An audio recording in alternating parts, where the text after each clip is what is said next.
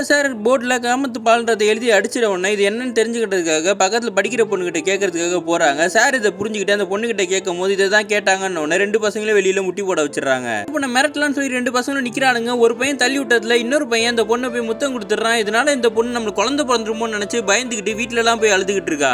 அதே ஸ்கூல்ல ஒரு லேடி சயின்ஸ் டீச்சர் இருக்காங்க. அவங்க கிட்ட பிரின்சிபல் வந்து செக்ஸ் எஜுகேஷனை பத்தி எடுக்க சொல்லும் போது இல்ல நான் அதெல்லாம் பண்ண மாட்டேன், எனக்கு கூச்சமா இருக்குன்னு அவங்க சொல்லிடுறாங்க. இன்னொரு டீச்சர் என்ன சொல்றாங்கன்னா இதெல்லாம் இப்பவே பசங்களுக்கு புரிய வச்சாதான் எதிர்காலத்துல தப்புலாம் நடக்காதுன்னு சொல்றாங்க. இந்த பசங்களும் கண்ணத்தெல்லாம் முத்தம் கொடுத்தா குழந்தை பிறக்காதுன்னு அந்த பொண்ணுக்கு புரிய வைக்கிறதுக்காக ஒரு கேசட் எடுத்துட்டு வந்து அந்த பொண்ணுகிட்ட கொடுக்க ட்ரை பண்றானுங்க. அதே டைம்ல இந்த மிஸ்ஸும் பசங்களுக்கு செக்ஸ் எஜுகேஷன் எடுக்கிறதுக்காக வராங்க. ஆனா இவங்களால முடியல, ரொம்பவே கஷ்டமா இருக்கு.